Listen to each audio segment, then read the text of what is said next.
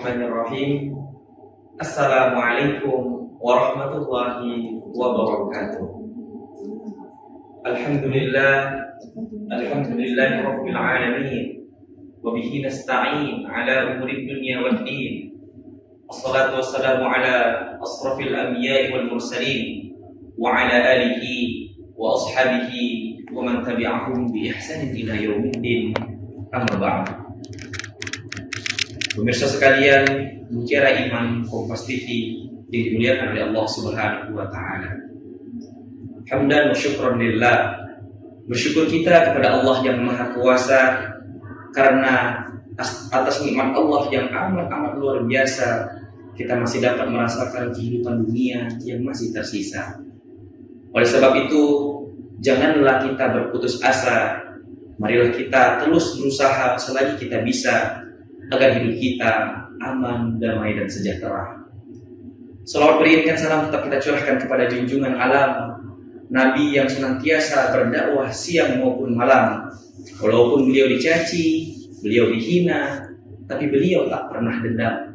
Semakjuannya juga tak akan pernah padam demi tegaknya syariat Islam, yakni Nabi kita, Nabi Agung Nabi Muhammad Sallallahu Alaihi Wasallam. Allahumma salli wa sallim wa barik alaihi. Pemirsa sekalian, Kompas TV Mutiara Iman yang dimuliakan oleh Allah Subhanahu wa taala. Dengan segala macam nikmat yang Allah persembahkan kepada kita semua, maka patutlah kita selaku seorang hamba untuk senantiasa berusaha mengerjakan segala apa yang Allah perintahkan dalam kehidupan kita semua, dan tak sekali-kali bagi kita semua untuk mencoba mendekati apa yang Allah larang dalam kehidupan kita, dan tentunya itu semua demi kebaikan kita semua. Dengan berbagai macam kehidupan kita di dunia ini, pasti kita akan menemukan beberapa hal-hal yang membuat kita sebagai manusia lalai dalam mengerjakan semua amalan-amalan kewajiban kita di dunia, hingga pada akhirnya kita termasuk dalam golongan yang dimasukkan oleh Allah Subhanahu wa taala dalam neraka. Maka dari itu, pada kesempatan yang mulia ini akan kita angkat tema beberapa hal-hal yang melalaikan atau hal-hal yang membuat seorang manusia lalai dengan kewajiban dia seorang hamba, hingga pada akhirnya seorang hamba itu akan dimasukkan oleh Allah Subhanahu wa taala ke dalam neraka Jahannam. Baik, alhamdulillah sudah hadir bersama kita di sini Al-Ustaz Kiagus Haji Fadlillahi Akbar MM. Selamat Ustaz, apa kabar Ustaz? Alhamdulillah. Ya. Terima kasih Ustaz sudah meluangkan waktunya untuk bisa memberikan ilmu kepada kita semua di tempat ini Ustaz ya. Sebagaimana yang sudah disampaikan dengan tema yang sudah disampaikan tadi Ustaz, ada beberapa poin-poin hal-hal yang melalaikan seorang hamba ya, yang sehingga hal-hal tersebut dapat mengerek dia ke dalam api neraka Ustaz. Dengan fenomena yang kita lihat pada saat ini, banyak sekali nikmat yang telah diberikan oleh Allah kepada para hambanya ya. Dengan fenomena yang kita lihat, mungkin ada seseorang yang Allah cukupkan kehidupannya dengan rumah yang mewah ya. Ada juga dengan kendaraan yang banyak mungkin ya. Ada juga mungkin dengan harta dan saldo ATM yang berlimpah bahkan Ustaz ya. Nah, akan tetapi kita lihat orang-orang tersebut mungkin Allah Subhanahu wa taala uji ya. Dia tidak maksimal dalam melaksanakan ibadahnya kepada Allah. Ya, mungkin telah melaksanakan sholat atau bahkan tak melaksanakan kewajiban dia selaku hamba untuk mengerjakan sholat, ya, mengerjakan amalan-amalan yang lain. Itu menurut pandangan agama Islam itu seperti apa? Baik, kita hari ini Bismillah. Assalamualaikum warahmatullahi wabarakatuh. Sahabat Mutiara Iman Kompas TV yang insya Allah dimuliakan Allah. Alhamdulillahilladzi an'amana bi ni'matil iman wal Islam wa bi billahi rabban wa bil islami dina wa bi Muhammadin nabiyya wa rasula wa bil Qur'an imama wa hakama. Asyhadu an la ilaha illallah wa la syarika lah wa asyhadu anna sayyidana wa nabiyyana Muhammadan abduhu wa rasuluh.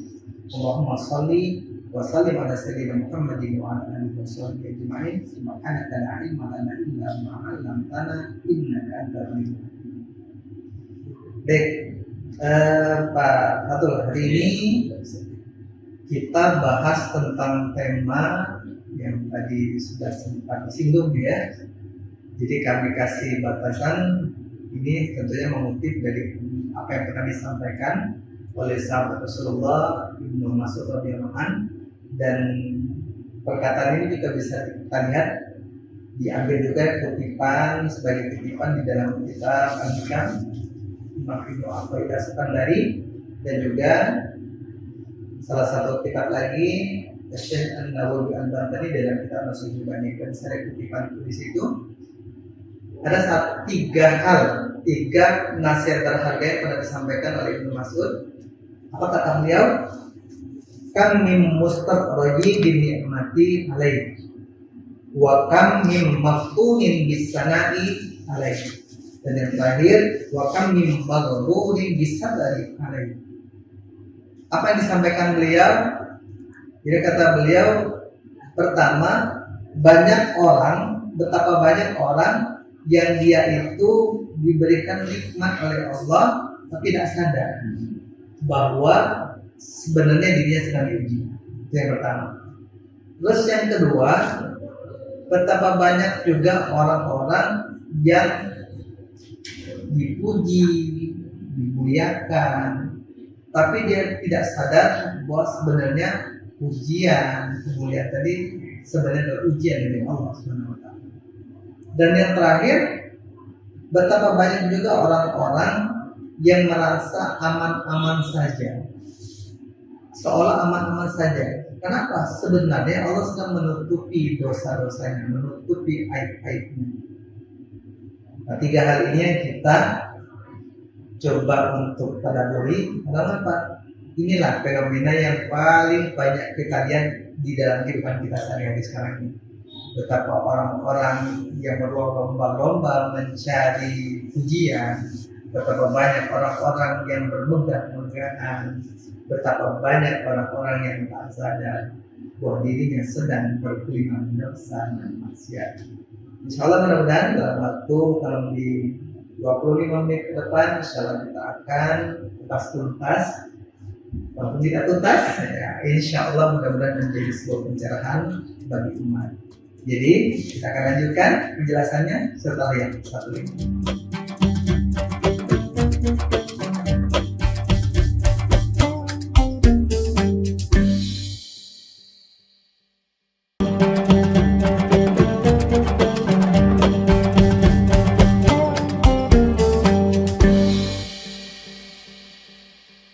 Oke, baik, terima kasih pemirsa Kompas TV Palembang yang dimuliakan oleh Allah Subhanahu wa taala. Terima kasih sudah setia bersama kami dalam program acara Mutiara Iman.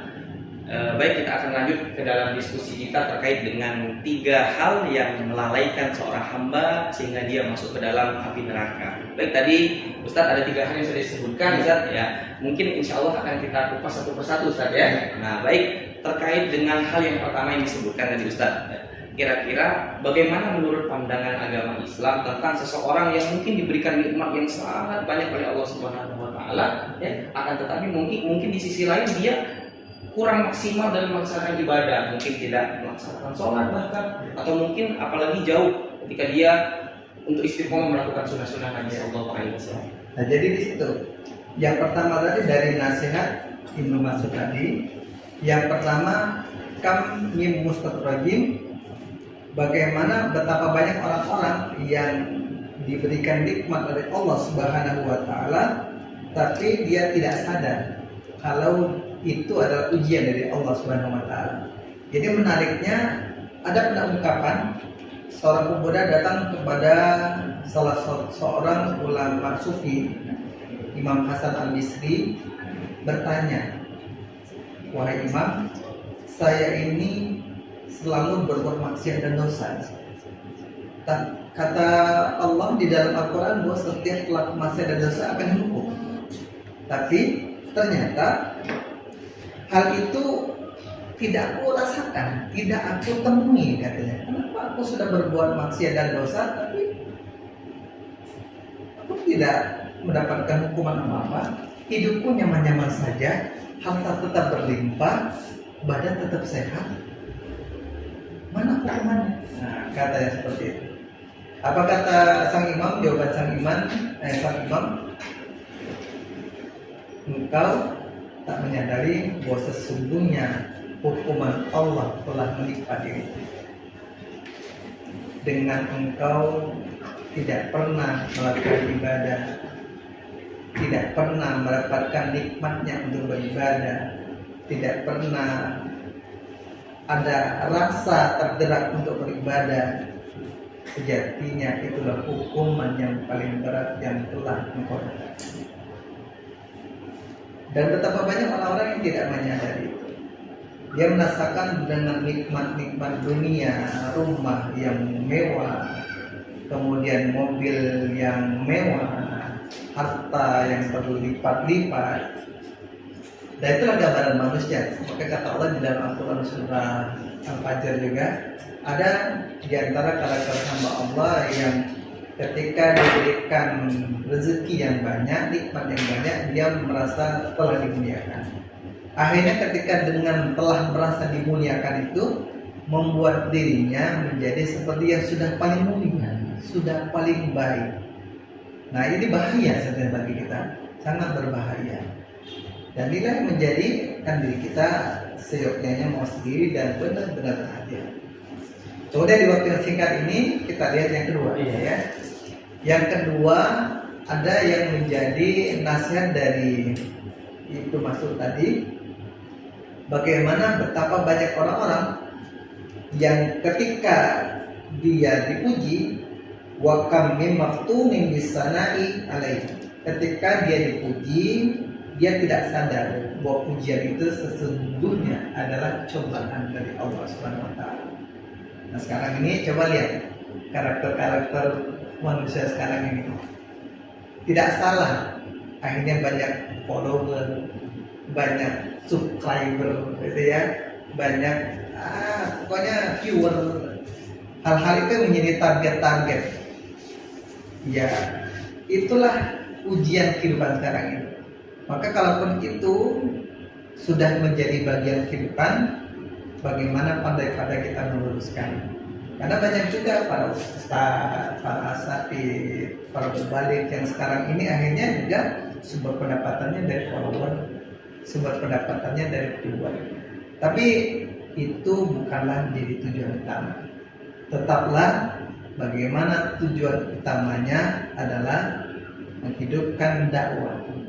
Kalaupun bukan seorang dai, menjadikan diri manfaat. Kalaupun ada feedback di balik itu semua, itu adalah bonus dan nikmat dari Allah Subhanahu wa taala. Ya, Masya Allah, ya, luar biasa sekali penjelasan dari Ustaz Fadlillahi Akbar. Tadi sudah 2 poin Ustaz ya yang dijelaskan oleh Ustaz ya. Dengan 2 poin itu berarti antara rezeki yang Allah berikan, baik itu harta maupun pujian-pujian dari orang terhadap kita, itu baik dari media sosial ataupun media dunia nyata, saat itu merupakan sebuah ujian saja bagi kita. Dan jika kita lalai terhadap hal tersebut, itu nanti akan membahayakan diri kita sendiri tentunya saja. Baik, pemirsa sekalian, insya Allah kita rehat sejenak dan insya Allah mudah-mudahan dapat kita lanjutkan setelah pesan-pesan berikut ini.